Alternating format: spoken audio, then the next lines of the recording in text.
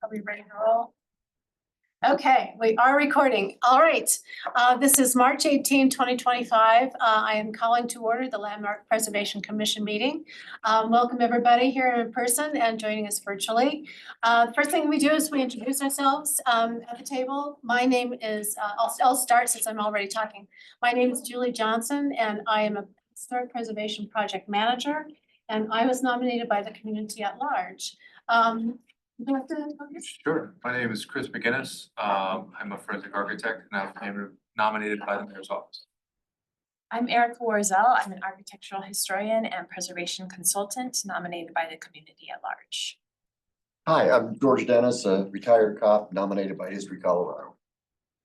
I'm Nick Fusianis. I'm an architect and developer, and I was nominated by the American Institute of Architects.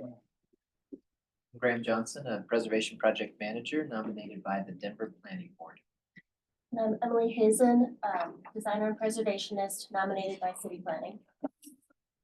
Thanks, everybody. The first item then is, And did do you mind, just one moment? First of all, we have Larry joining us. Larry, I'm going to have you introduce yourself. Larry, if you could. Larry Sykes, I'm an architect and I was nominated by History Colorado. I'm Don representing Denver Landmark staff, and I wonder if I could just steal the floor for one moment because we have a special announcement today. First of all, this is not the special part. Unfortunately, Brittany Bryant had a skiing accident and needs knee surgery. So she's out for a little while and we're thinking of her. She'll be fine, I'm sure. But that's why I'm sitting here with you today, and pardon my fumbles as I'm not as experienced as she is with this. But before we start, I did want to recognize that we have 3 commissioners who are reaching the end of their terms today. George Dennis has been on LPC since 2021, and Graham Johnson and Julie Johnson, no relation as far as I know, have been LPC members since April of 2019, and all have reached the ends of their terms. And we really want to thank you very much for your service. I have some certificates here for you signed by the executive director of CPD and by the mayor. We will follow up at another time about maybe a little social get together. But just again, many, many thanks for years and hours of service to Landmark Preservation in Denver. We thank you so much. For the rest of the board's information, we have received 5 applications for our seats that are being vacated. Larry has applied to be reappointed. His term is also up, but just his first term. We forwarded these applications to the mayor's office for consideration, and we're hoping we'll hear back soon and we can get those individuals trained and sitting here with us very shortly. With this in mind, though, in April, if any of you think you might miss the April 1st or April 15th meeting or need some kind of accommodation, please let us know, because we will have 6 members and we need 5 for a quorum. We need 5 in person in order for anyone to be participating remotely. So if you just stay in touch, and I will be the contact person in the short term. I think that's it. Okay, well, thanks for making me choke up at the beginning of the meeting. Great, thank you very much. Okay, all right, then the first thing we do is go through some audio tips for the virtual participants. So hang with us if those are in person. For better sound quality, we strongly encourage you to download Zoom on your desktop, laptop, tablet, or mobile device. You can click the audio settings to bring up an additional menu. You can add a background noise suppression, test your speaker and microphone, and adjust their maximum output volumes. For presenters or public commenters, when it is your turn to speak, to mute or unmute, click on the microphone icon at the bottom of your screen. Expanding the menu next to the microphone will reveal additional options. You can select your speaker and microphone devices. Test your microphone and speakers, adjust their maximum output volumes. And if you still have audio challenges, switch to phone for audio. All right, so the next item of order is the meeting records for approval for the March 4th meeting. Did anybody have any comments, any corrections that they needed to make? All right, can I hear a motion from the floor to accept them? Madam Chair, I move to approve the meeting minutes as presented. Thank you, Nick. Do I hear a second? Second. I'm confused. Larry? I'm gonna give it to Larry. Okay, Larry has seconded it. All in favor, aye? Aye. Any opposed, nay? All right, great. Thank you, Steph. Abstain just because I wasn't here. Graham Sorry. has abstained since he wasn't here. All right, terrific.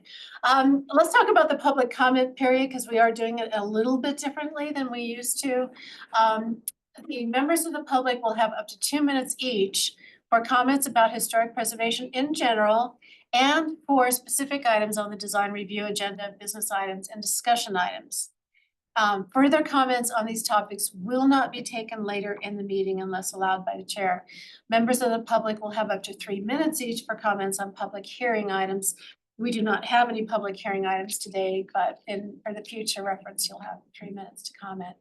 So if you wish to make a public comment on a project and you are not part of that applicant team, if you're joining us visually, you can do the little hand raise function.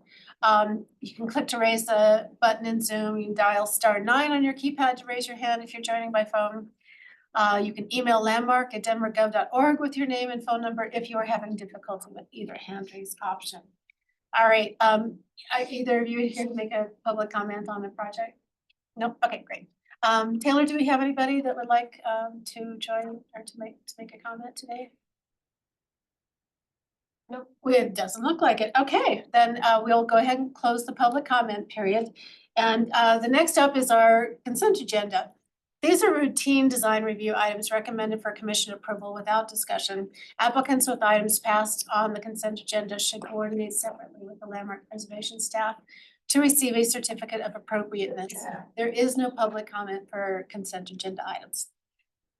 I will announce the consent agenda by address. I will ask commissioners if they would like to remove anything from the consent agenda for further discussion. And if that is the case, then they will go on top of the list of the design review projects.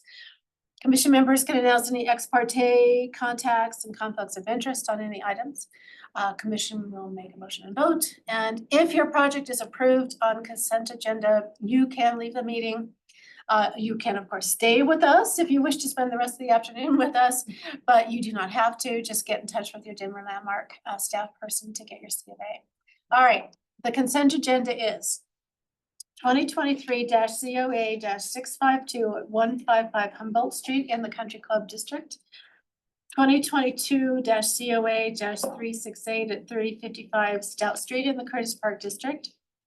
2025-COA-097 at 1700 East Fifth Avenue in Driving Park.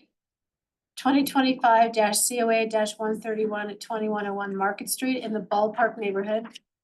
2024-COA-458 at 3256 Alcott Street in Potter Highlands. 2025-TAXC-010 at 2827 Champa Street in Curtis Park.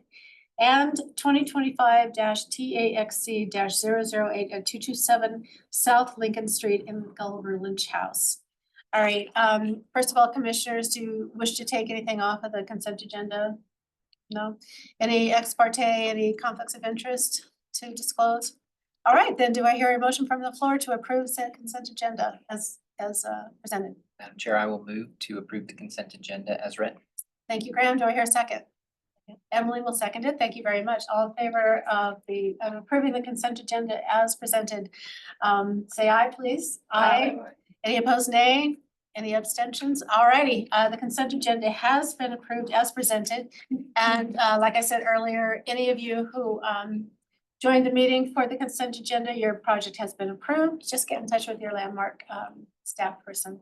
All right, our first design review project today is 2025-COA-133 at 2535 Champa Street in Curtis Park. This is the logged on. Sorry. That's okay. Let me explain how the design. Oh, yeah. While they're working on that, I will explain how this works. The chair will announce the design review items on agenda in order by address. The commission members will announce any ex parte contacts and conflicts of interest. Staff will introduce the application and make a recommendation. They are limited to 10 minutes. The commissioners can question the staff. After which the applicant will have a chance to make their presentation, and that will be limited to 10 minutes. The commissioners can question the applicant. Staff will clarify if necessary. The commission will deliberate, and then the commission will make a motion and vote.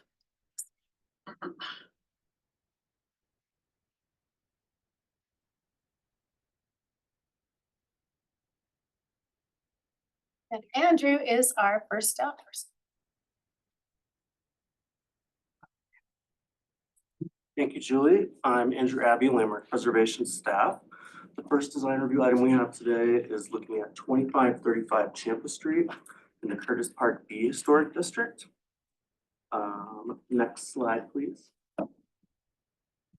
So the contributing residential structure at 2535 Champa, constructed in 1885, is an Italianate style building featuring two prominent porches visible from the public right of way. The first porch, located on the southeast facing front facade, serves as the primary entrance, while the second porch on the northeast facing side facade provides access to a side door. Next slide. Here are some existing photos provided by the applicant. Both porches are character defining features of the residence, distinguished by highly detailed wood columns that complement the decorative brackets at the roof line. The front porch includes 4 columns and 2 pilasters, and the side porch 3 columns and 2 pilasters.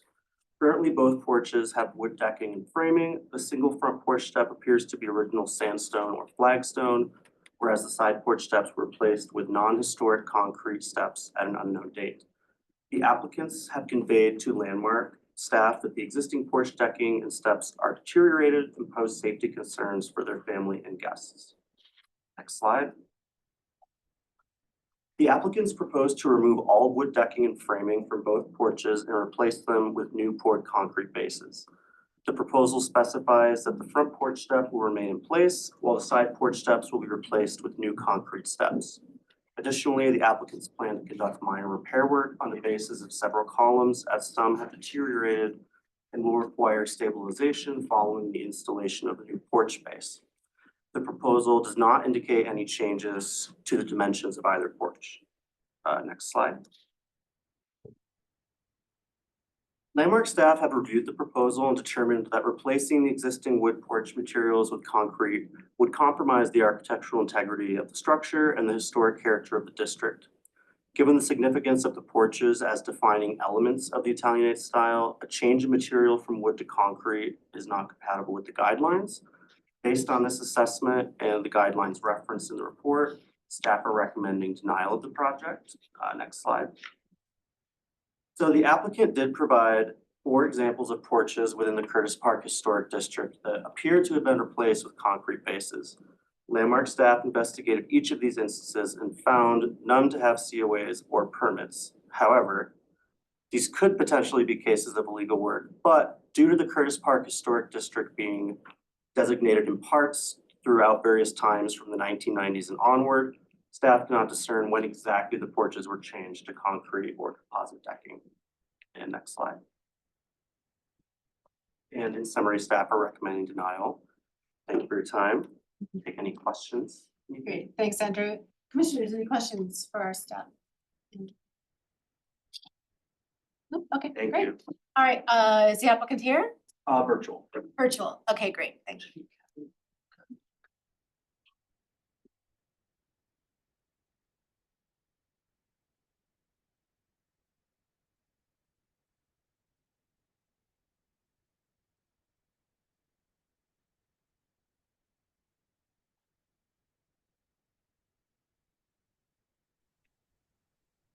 Hi, can you all hear me okay? Yeah, we can hear you and we can see you. Excellent. You'll have 10 minutes to tell us about this project. Please start with your name and then we'll give you your 10 minutes. We'll time it here, so that'll help. Great. My name is Monica Schaefer. I'm the homeowner, and our general contractor is on the call with us here now today as well. So I just want to reiterate a few things. Of course, the aesthetics of the porches are important to us because they're in very poor condition and disrepair. But the primary concern we have is for the safety of the porches. Starting with the first porch, the primary porch leading to the front door, the porch itself is composite wood, so there's no reason to believe that it's original, and it's sagging. When you step on it, it's like near breaking. There's 3 steps leading up that are all uneven, so it's a tripping hazard. The posts themselves are all rotted wood with exposed rusty nails and flaking paint, which I can only believe to be lead paint. So while we're not proposing changing anything about the look of the posts. It is a primary concern for us to get these rehabilitated as soon as we can, because we do have 2 young children living in the house. And so it does pose a major safety concern for us. The side porch as well, it's a safety concern. It's sagging quite significantly. I don't think you can grasp that from this picture here, but it is sagging quite significantly. Similar issues with the wood being unstable and there being exposed rusted nails. So that is our primary concern. We want to give it a stronger foundation that respects the original look of the house and fits in with the neighborhood. And then Kevin, I'll leave it to you if you have anything else to add. Monica, you said it so well. Landmark team, we really appreciate the work Landmark does to preserve the character of Curtis Park. And we just want to ensure that any updates to 2535 Champa Street align with the historic integrity of the home. That being said, like Monica was pointing out, our primary concern is safety. The existing wood steps are deteriorated and present a real hazard, especially for her children and their safety. As she said, the existing wood steps are deteriorated and just present a real hazard, especially for the children. Replacing them with concrete would provide a long-term durable solution that minimizes the risk of falls while reducing ongoing maintenance needs. Additionally, I just wanted to point out that the front porch decking itself is currently a composite material, similar to Trex, which is not historic. And given that the porch already includes non-original materials, we believe that replacing the failing wood steps with concrete, especially since concrete steps are already found throughout the neighborhood, would not compromise the integrity of the home's appearance or its distinct character. We're not looking to alter any defining architectural elements of the house. The decorative wood columns and the overall proportions of the porch will remain the same. Our goal is simply to improve safety while keeping the home functional and well-maintained. And we completely understand the importance of preserving historic details and would love to work with you all to find a solution that balances both preservation and practicality. Thank you. Okay, great. Hey, Kevin, could you give us your last name, please? Yeah, my last name's Burnett, Burnett. Thank you very much. Commissioners, do you have any questions for our applicants? I do. George does. Could you further detail the columns? I heard you're not planning on making any changes, but they're rotten and nails sticking out and all that. Could you detail a little bit more what you're going to do there? Yeah, so it's really the bases of the columns. A few of the sides of the original wood material are rotted. We will be doing some minor replacement as necessary, but ultimately the essence of the post will remain itself the same, but just replacing a few of those rotted boards. And it's mostly on the bottom 6 inches or foot of the post. I say it's safe to guess less than 5% of each post would be replaced, but it would essentially look the same as it does now, except for not rotted. But you're replacing it with wood. Yes, sir. Any other questions?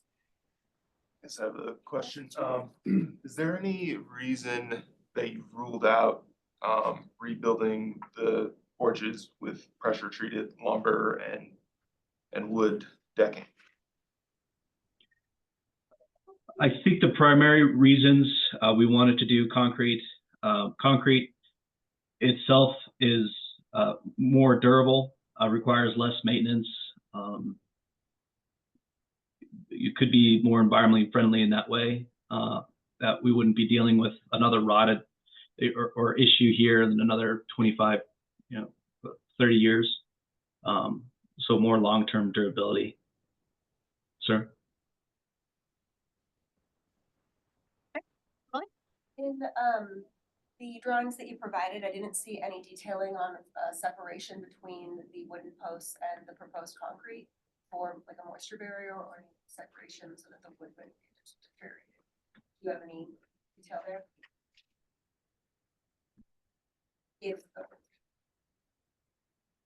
I'm sorry, I couldn't hear you very well. Was the question What is the plan for between the concrete porch and the existing post itself? Yes. Yeah, so the posts that go through, the post will essentially rest on top of the new concrete porch. We'll provide some temporary framing to keep the porch roof and the posts elevated while the concrete's getting poured. And then once the concrete sets up, that temporary frame will be removed, and then the posts will bear on top of the concrete. We'll probably use a post base to secure them. But yeah, the wood will not be in direct contact with the concrete. Anybody else? All right, thank you very much, applicants. Andrew, do you have anything else that you wanted to add? No, I don't think so. Thank you, Okay. Dr. Lee. Okay, cool. All right, commissioners, let us go into deliberation then. What are your thoughts? Emily? To me, the guidelines 238A states to replace deteriorated components to match existing. And I know that, well, this isn't the exact same as if it was composite, but 238D says if original wood porch steps have been replaced with concrete, consider replacing to the original wood condition. So the recommendations within the guidelines seems quite clear. As well as E, the one that follows that says directly, do not replace wood porch decking and steps with concrete or synthetic materials. Yeah. Yeah. I'd agree with staff on this. Okay, fairly clear. All right, I have no, the exact same issue on an 1886 house, and there's no reason you cannot create safe steps with the original material, i.e. wood. I think a couple of friendly comments. I think because this is so low to the ground, I'm sure that the applicants know that they would need to use pressure treated lumber for the framing. And also, looking at the photos, it looks like at least the side porch is just sitting on some kind of temporary little deck blocks. And because the porch roof is attached to the house, a frost depth foundation would be the way to go on that, which I didn't see proposed in for the concrete. oh, thanks. With other friendlies, there needs to be a proper moisture barrier plan for any touching of masonry and wood, or especially concrete, for future projects that don't come before the commission. Okay, thanks, everybody. Do I hear a motion? Laura? George will. Madam Chair, I move to deny application 2025 COA 133 for the porch reconstruction, 2535 Champa Street, as per design guidelines 2.1, 2.37, 2.38. Do you have a? No, okay. Character defining features for the Curtis Park B Historic District, presented testimony, submitted documentation, and information provided in the staff report. George, thank you. Do I hear a second? Second. Mary has seconded. Thanks, everybody. All in favor, aye? Aye. Any opposed, nay? Any abstentions? Doesn't sound like it. All right, then the project has been denied. The motion carries. Our next project is 2025-COA-099 at 811 Street in the Curtis Park District. And Brittany was the staff person. Yeah, and it so will I'll be take care of Amy. this. Thank Awesome. you. Thank you, Amy. So this particular property, zoning and neighborhood enforcement discovered that 2 windows had been replaced without approvals, which brought it before staff to lead to you making a decision about what to do here. This building, which was built in 1915, had all of its windows except for 4 replaced with vinyl windows prior to 2011 when the district was put in place. So that was okay, no approvals were needed at that time. After the designation in 2014, a prior staff person allowed the replacement of one of those vinyl windows with a new vinyl window, which may have led the applicant to think that that was an acceptable material, that approvals weren't needed or something like that. At any rate, come to today, again, 2 windows were replaced with vinyl without the approval of the commissioner permits. and vinyl does not meet the design guidelines as a replacement material. The applicant has asked to be approved to retain the windows that are put in place. Staff does not find that that meets the design guidelines, particularly guideline 2.19, which again lists the appropriate materials for replacement of what would have been a wood window. Replacements should be wood or an aluminum clad wood window, not vinyl.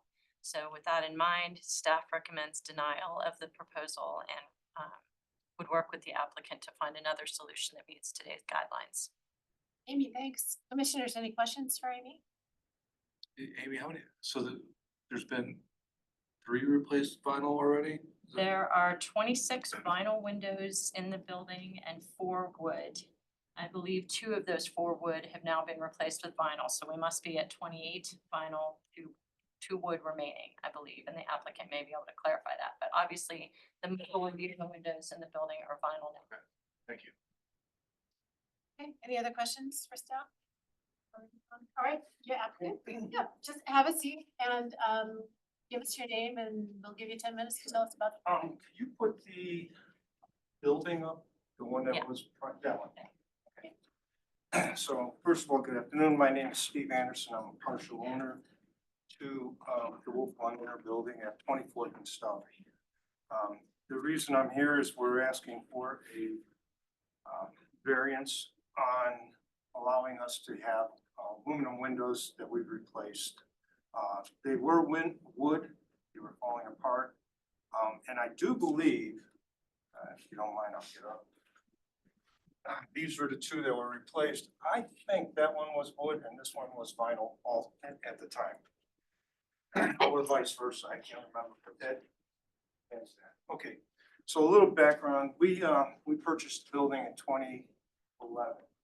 That was January, I believe, and it became part of the historic district right after we purchased it, like probably 2-3 months we got a letter. So prior to that, the previous owner had let the building go down and had replaced most of the windows with vinyl. So that this is a long-term thing that we have vinyl windows. So currently, what you don't know is that the numbers that you had were for that far left building. Building itself consists of that one, the one within the car, the next one, building around the corner, and then 2411 through 2415 Stout Street. So there's 1, 2, 3, 4, 5 buildings there. So, which currently, there's 75 windows total on these 4 buildings, of which 58 of them are vinyl already. So this has happened prior to 2011. There's 17 wood windows left and 1 glass window, huge block glass window. So that being said, you know, we're real proud of this building. We've had it for 14 years now. We've done a lot of improvements to it. We've had it painted. We had water lines replaced. We had all full view doors installed. We had a decorative fence put around the building. So we're real proud of the building. We want to keep it a nice, safe place for people to live. So that being said, I'm here to ask for a variance on the 2 windows that we put in into 811B 24th Street. So as I said, there's 4 buildings there, and there is a mixture of vinyl versus wood. So currently there's 77% vinyl on our complex. What we'd like to do is be able to keep it uniform so that they all look the same. We don't want to have a wood window here and a vinyl window there. And since the majority of them are vinyl already, that would match. And we paint them and they look the same. Be honest with you, I went across this morning down there and I counted all these windows. I had a hard time telling the difference between a wood window and a vinyl window. And the only reason I could tell is I was looking at the security latches. If they have two, they're vinyl. If they have one, they're wood.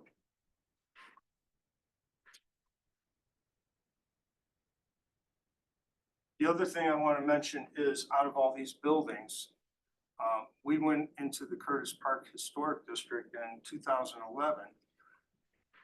But of the 4 buildings there, 2 of them were built in 1985.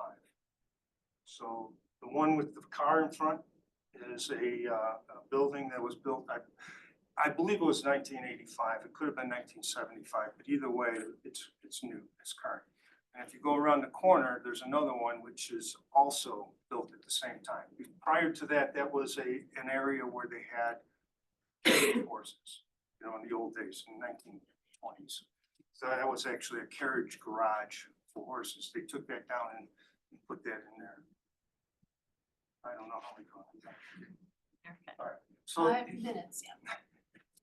All right, so lastly, one of the reasons that this has happened, and over here, I'm asking for a variance, is about 16 months ago, we hired a management company to take over our buildings. They find tenants, they maintain the interior, the exterior, the grounds, the whole bit. So one of the things that happened is 811B had a window falling out. The sash was done, broke, couldn't be repaired. And I've repaired several of them already with drywall screws to hold them up so the glass doesn't fall out. This one was beyond repair, so they hired a company to come out and replace it using vinyl because, quite frankly, all the windows on that side are vinyl. So they just used a vinyl. They did not know that we were in a historic district. So I'm throwing them under the bus right now, but they didn't know. So, okay. So to summarize, we're real proud to be in the Curtis Park Historic District. It's a great neighborhood. And what we're trying to do for the variance is just to maintain a constant look of all the windows. I mean, we're almost 80% vinyl. And then lastly, the 2 buildings in the middle, that one and the one around the corner, they're built in 1980. So 50% of our buildings are not historical. I don't know if you can grandfather that in. I don't know how that works.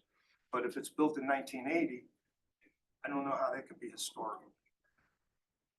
So that's pretty much, do I have any questions? Okay, thank you. Commissioners, questions for the applicant?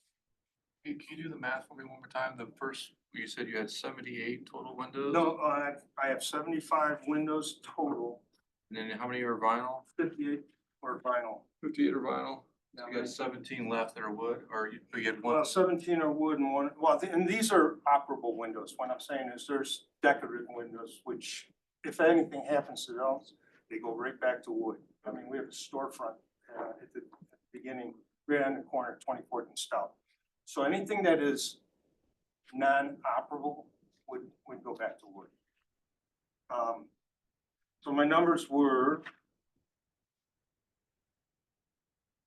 75 total windows, 58 are vinyl, 17 are wood. One that's You're asking for 2 today. I'm asking for 2 You today. have 15 left. You know, I mean, is yes, that's what I'm asking. Yeah, I'm just, And yeah. thank you. Anybody else? Question? No? Okay, great, thank you. Anything else? I don't think so, other than I believe the numbers that we represented in the memo are what the applicant had given to us and are probably related to the historic buildings. And we didn't count in the newer construction, whatever that's worth. Okay, all right. Then commissioners, let's go into deliberation. What are your thoughts on a lot of windows? The owner was very aware of historic designation, and if the management company was not, that's on the owner's back. I can sympathize with 58 final windows already being replaced. But I would suggest that any further windows need to be proper materials. Wood. And so that would deny the 2 today and the 17 or 15 left in the future.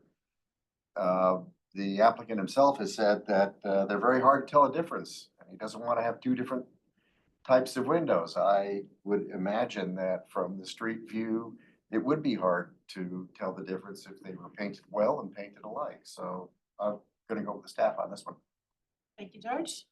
Anybody else? Yeah, I'm gonna go ahead and jump in, just, I disagree with you, George, just because we do have guidelines and there's a reason for those guidelines and I respect them quite dearly, but, to have an owner of a property to say you have to hang on to 30% of your wood windows, just to respect the guidelines seems a little silly in my opinion. And so I disagree with staff on this one and think that, the remaining 17 lights, in my opinion, should be allowed to be changed. Erica, you're out of here. I'm just taking that in.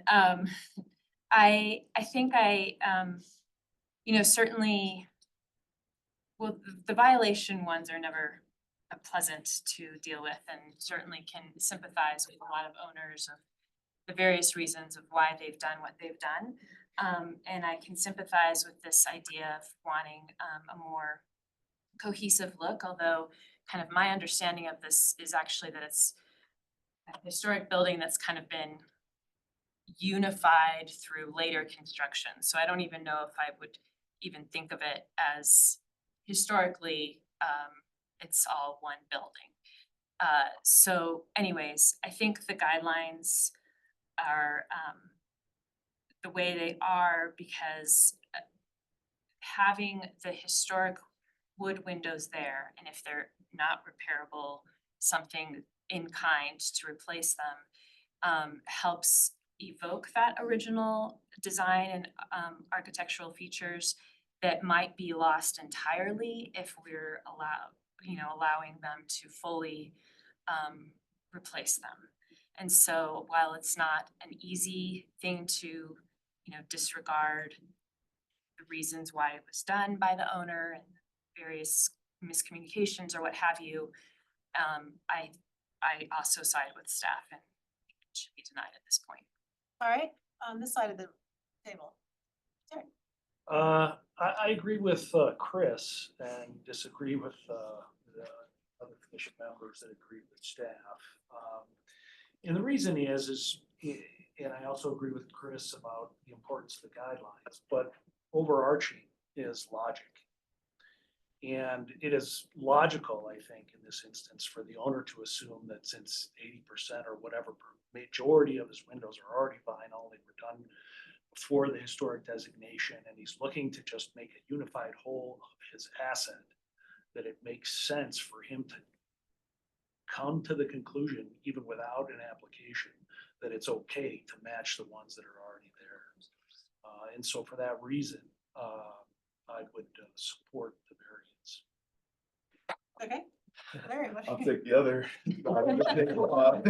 Yeah, I agree with Erica and George and staff on this one. For a couple of reasons. I think that when the guidelines are in place and there's a procedure to make an application and have that go through that process, and had the applicants done that, we wouldn't be probably sitting here today. So I think that to speak of doing things uniformly, I think uniformly applying guidelines is incredibly important. And I think that it also, given the ability to paint or get a cladding finish that's the same color as the paint color that is currently on the rest of the windows, I think the idea of mixing and matching is a little bit of a kind of overstated case of how awkward things might look. And then on top of that, I think that there's, you know, an additional issue that I think is part of why this guideline exists is to promote quality materials.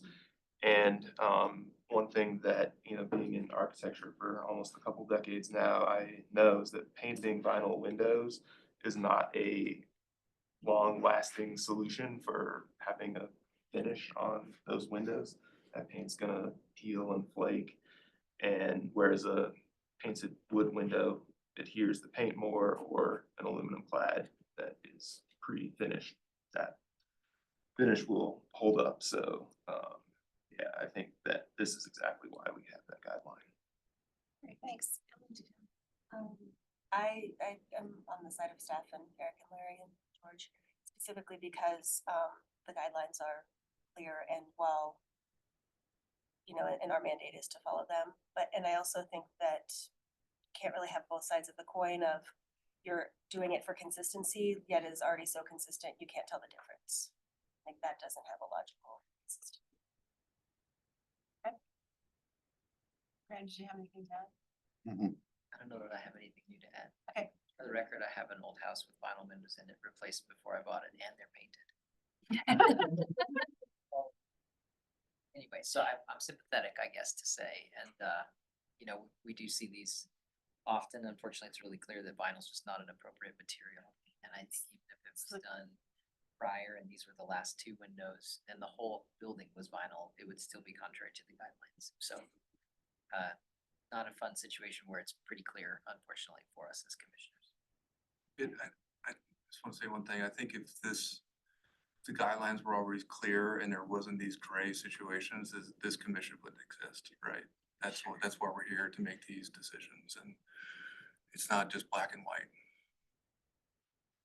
Can I say anything, or am I out of it? No, I'm sorry, we're in deliberation, sorry. Further, like I said, if the management company had realized historic difference, they would have, or significance, they would have probably made a proper application, and it could be, those two windows could have been dealt with appropriately, and this issue wouldn't need to be here. So I still have to go with staff on this All right, I know it's not an easy one, but do I hear a motion from the commission? I can make a motion. Thank you. Madam Chair, I move to deny application number 2025-COA-099 for the vinyl window replacements at 811 24th Street as per design guideline 2.19. Character defining features for the Curtis Park Historic District, presented testimony, submitted documentation, and information provided in the staff report. Erica, thank you. Do I hear a second? Second. Emily has seconded it. All right, great, thanks. All in favor, aye. one. Aye. Opposed, nay. Nay. Nay. 2 nays, all right, well, the motion passes. The application has been denied. So for the person who's not here, for me, what happened? Is it approved or denied? Which one was it? Denied, Denied. yeah. Thank you Yeah, very much. the motion carries, it's been denied. Just needed to know. All right. Thank you, sir. All right, on to the next 2025-COA-109 at 734 Downing Street on East 7th Avenue, and it's Andrew again.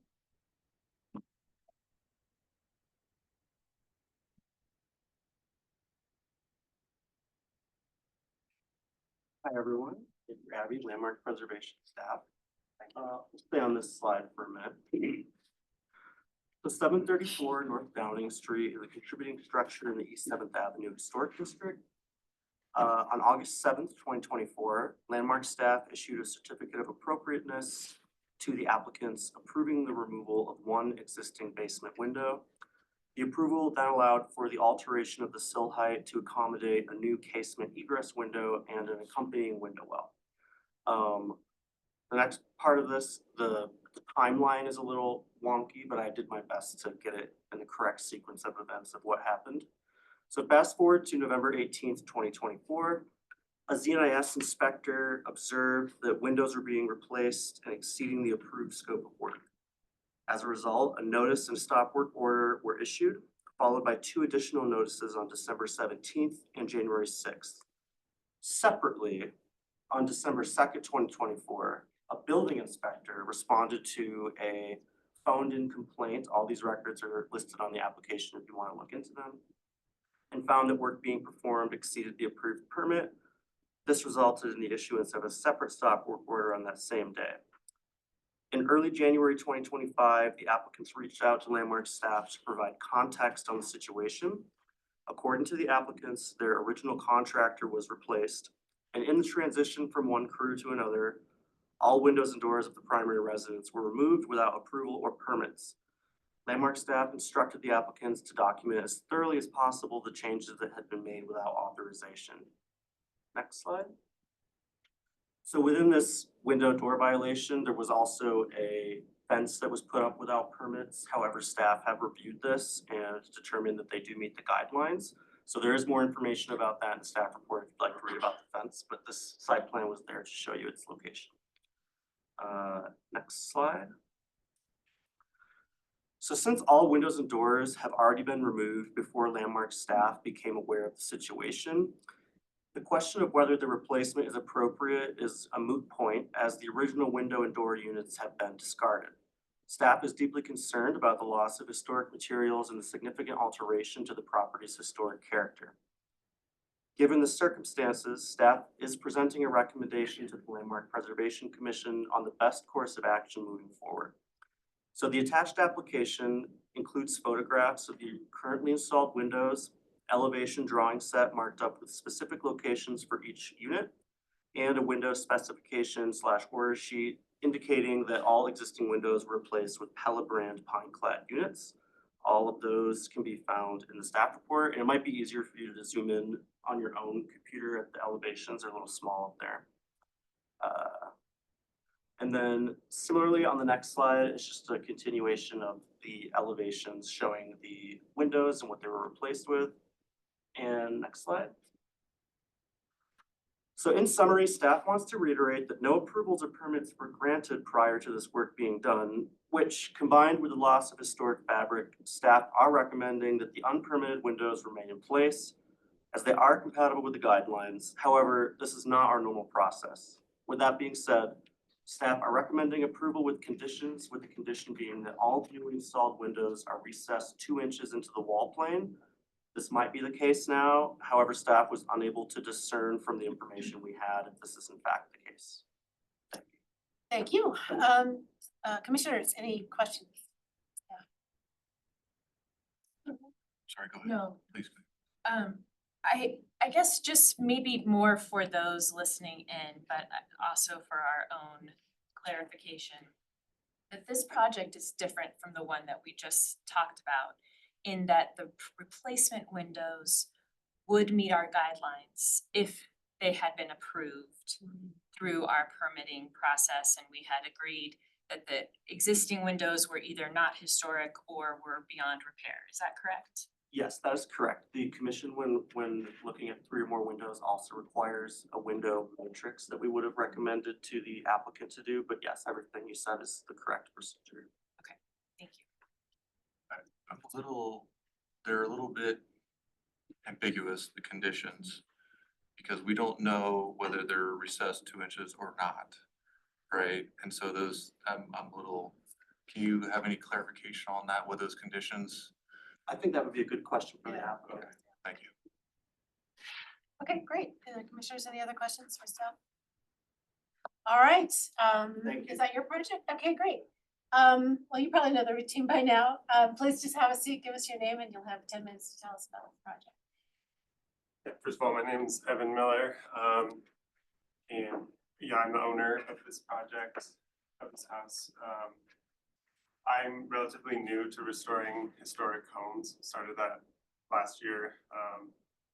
Gotten very familiar with Andrew, and I've appreciated his patient work with me, teaching me, showing the things that I miss, and being understanding and instructive instead of just punitive. Definitely appreciated that. I've been hard on myself with some of these mistakes, but don't intend to continue making them. As Andrew mentioned, the GC that we had on this house, we also, actually a couple doors down from the other Champa Street project, we had him during start that house as well. We've had a lot of issues with that project, not conforming with landmark, not submitting the right permits. And so I've stepped in to take control of that and have also since started working with two separate GCs on projects that we've taken since then. We've only taken one new one since then, but we've gotten the Champa one almost to the finish line and compliant. And then this one was fortunate, the windows were replaced with the right material. But we've since fired the GC. There's a lot of other issues besides him not knowing how to submit permits, not knowing the processes. He completely I felt pretty duped, like definitely a beginner, over promised on his abilities, and very fortunate to have met new GCs that know what they're doing and are much better with communication.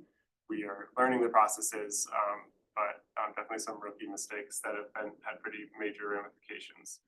So I think Andrew summarized pretty well. Happy to answer any questions, but I just want to articulate that I love Denver. I think the historic nature of it is super important.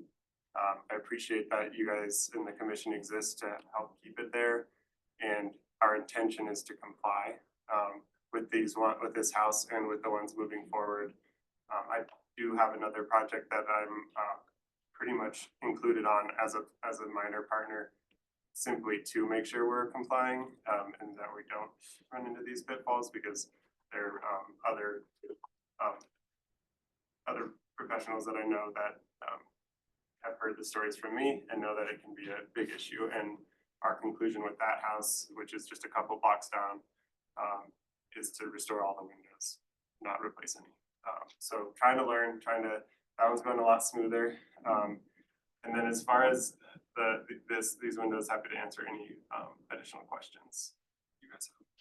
Great, Evan, just so you know, there's a lot to learn for all of us, so hang in there, you'll get there. Trying not to be a slow learner. Good luck with that. Good luck with that. Action. So, so we had the question that's come up already about the 2-inch recess. It's 2 inches. It is 2 inches. We had talked about that on the phone and I went back and double checked. Great. So that's, you The verified it. windows are recessed. Correct. Okay, excellent. I think that answers that question. Commissioners, any other questions for our applicant? No? Okay, great. Thank you very much. Staff, any other comments? Thank you. All righty, then commissioners, let us go into deliberation.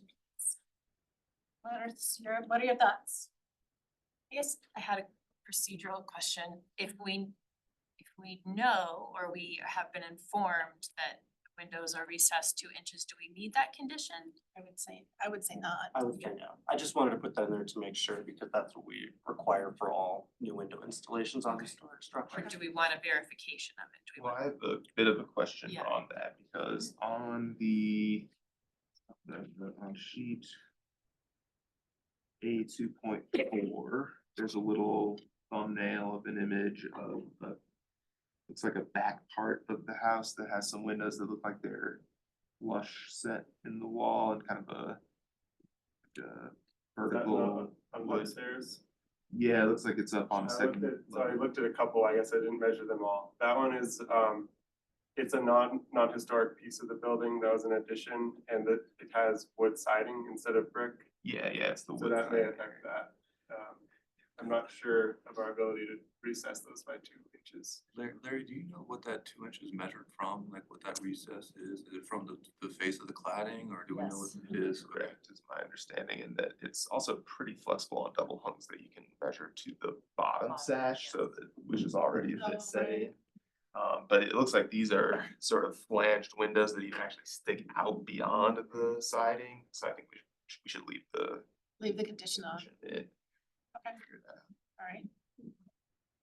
Good comment, thanks. Because as a friendly comment too, that will be required, even though it's not part of, my understanding is even though it's not part of the historic part of the house, that all windows in any construction for a landmark property have to be inset.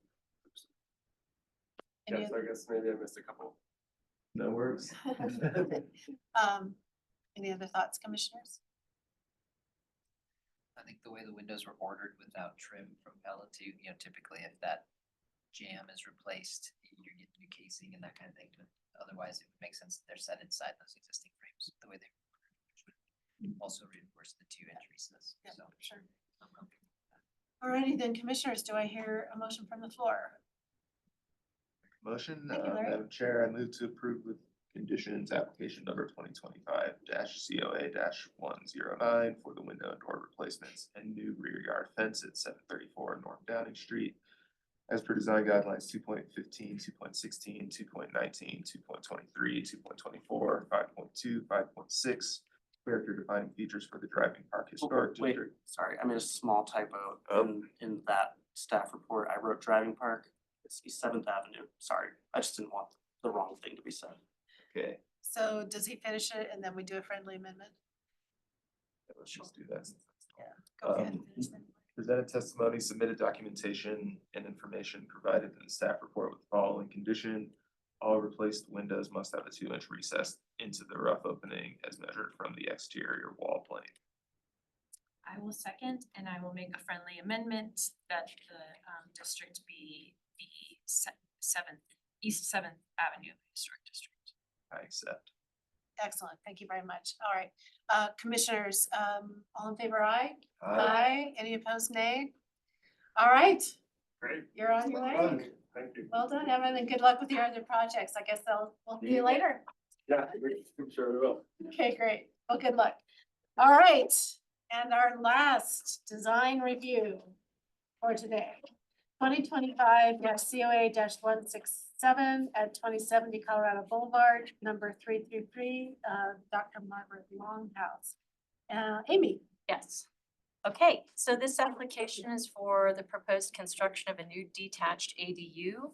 This property is the Dr. Margaret Long House landmark, individual landmark designated in 2013 for its association with Dr. Margaret Long, a prominent figure in Denver's medical and literary history. It's also designated because of the Dutch colonial style architecture and its prominent location on Colorado Boulevard across from City Park.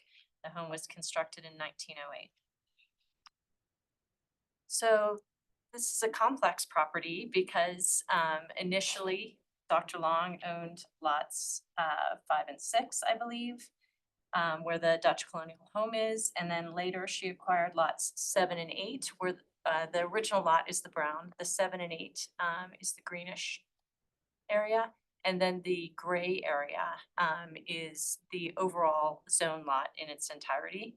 Only a part of the property is landmarked, is the point I'm trying to get to here. And the ADU is managing to straddle the line between designated and non-designated area. So in the following slides, we'll show you that a sliver of the building is technically outside of your purview. So the ADU is detached from the historic structure and well distanced from it. Staff is supportive of the general siting of the structure. It's to be accessed by a new driveway running along the south property line. There is no alley serving this area.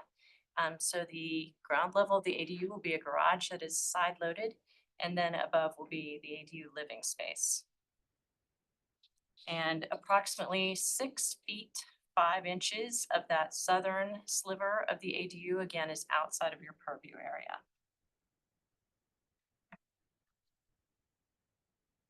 And here you see in elevation, the shading with the blue X across that south facade where the garage door is. That facade is technically not in your purview. And then when you look at the street facing aspect of the building, I'm sorry, that might be the rear facing aspect.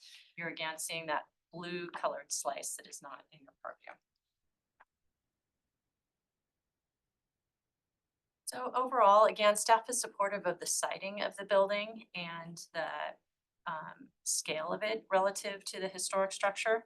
But we find that architecturally it doesn't meet some of the guidelines aimed at compatibility. The roof has an asymmetrical shape to it. It does not have any eaves. The material is appropriate, it's brick like the historic building, but windows don't follow a similar patterning or shape, and some of them are oriented in an unusual manner that is almost placing them upside down on the facade. In particular, the elevation you see here, which is street facing on the right-hand side. Here are some renderings showing the site and the ADU in relationship to the historic building. The roof of the ADU is to be asphalt, which is a material that we are comfortable with. But staff finds that the proposed ADU, mostly because of the asymmetrical roof shape and the character of the proposed windows, does not meet the guidelines, particularly 4.18 through 4.20 character defining features of the individual landmark at hand and the information in the staff report. All right, great. Commissioners, any questions for Amy? No? Okay, great. Is our applicant joining us virtually? Excellent.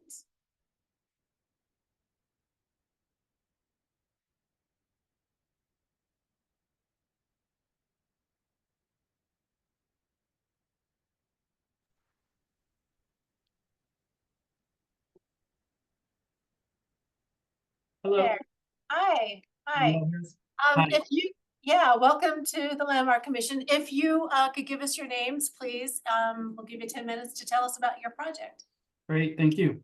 My name is Matthew Fitzpatrick. This is Marian Fitzpatrick. We're Mafia Design. We're the designers of this addition and the addition off of the existing landmark as well as the accessory dwelling unit.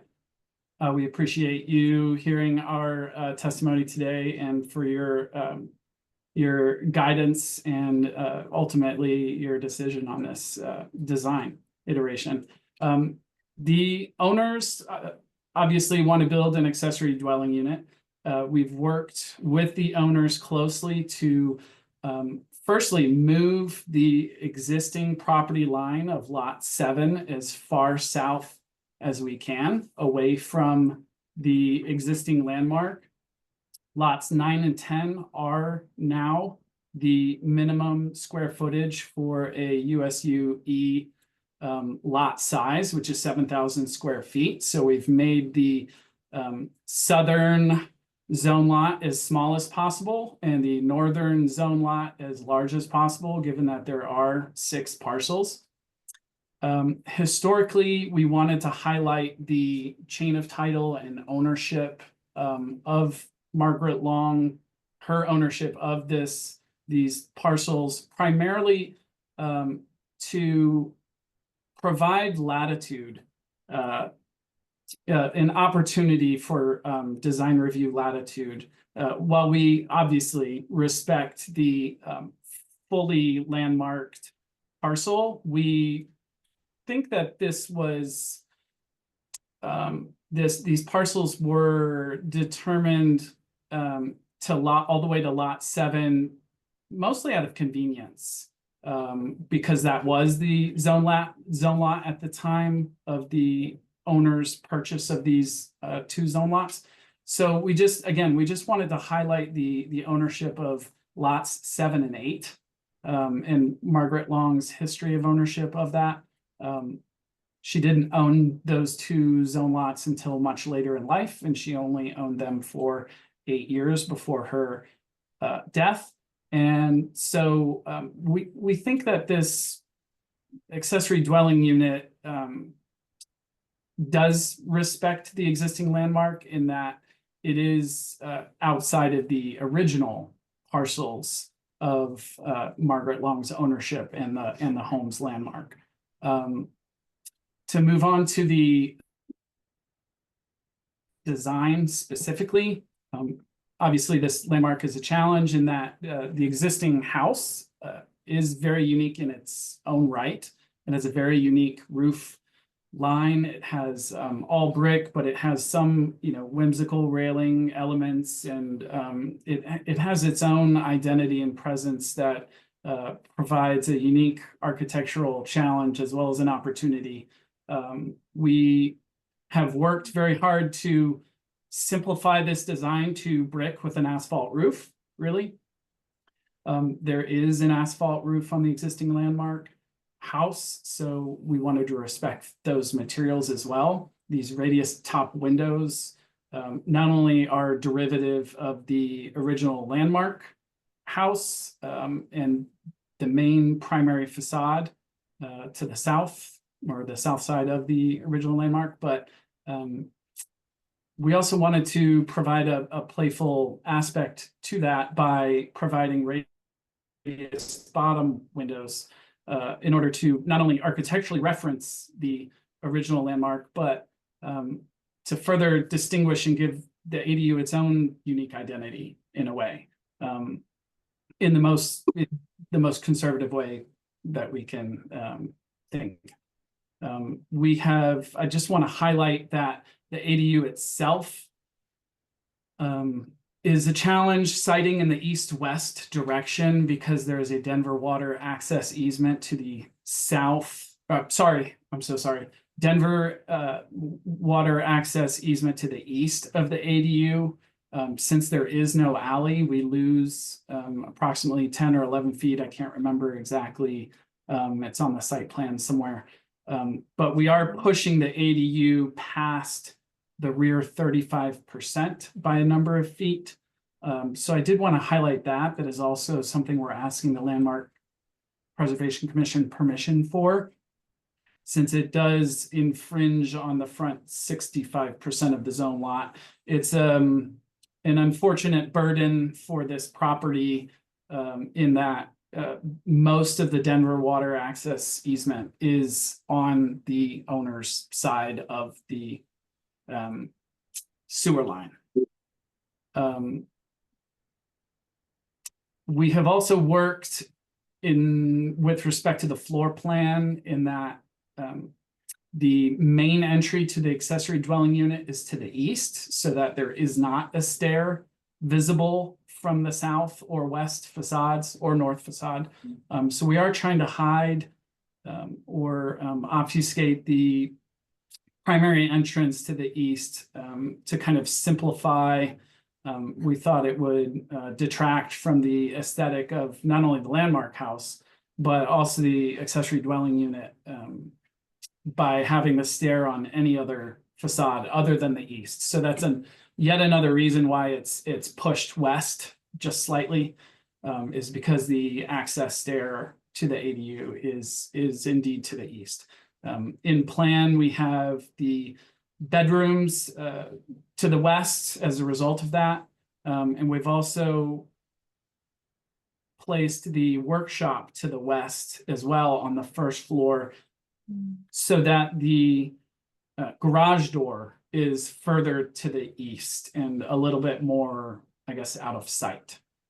So we've worked with each of those elements to try to simplify what you can see from the street as far as windows and doors and stairs. And so we're anxious to hear what you all have to say and hopefully support our design iteration. And I believe the owner may be there in person as well to speak. Actually, nobody's here in person. Okay, Not here, sorry. very good. Yeah, all right. Well, hang on a second. Let's see if any of the commissioners have questions for you. Commissioners, any questions for the applicant? Apparently not. Well, thank you very much, sir. I have a Oh, small wait, one, sorry. Emily does have one. On the zone district USUE1 page, I'm just kind of confused because what is proposed here based on the survey in 2021 is that the line actually increases for the historic building, and so all of it would be included.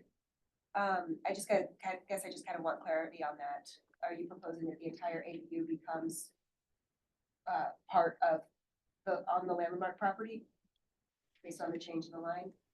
If I understand your question correctly, we did work to move the zone lot line south in order to make the northern lots as big as possible. It would be my understanding, you are the LPC, so you tell me, but I was not under the impression that the landmark designation is tied to the zone lot line specifically, but to the width of 75 feet. The designated area would have to be changed by ordinance. Yeah, I was just trying to follow. Any other questions for the applicant? All right, sir, thank you very much. Staff, did you have any other comment? No, okay, great. Commissioners, let us go into deliberation. I guess I'll just start off by saying, I agree with staff and what the applicant was talking about as far as the placement of the ADU seems to be kind of the best place. I certainly understand some of the placement as far as garage door and entry, et cetera. But I also still agree with staff that the overall form of the ADU and some of the, details and placement of windows, shape of windows, et cetera, are quite starkly different, very postmodern as compared to the Dutch colonial. And in that way, I think is quite distracting and therefore isn't as subordinate as I would like to see it. Yeah, you won't mistake it for historic fabric, but yeah, I agree with you. True. George? Let's see.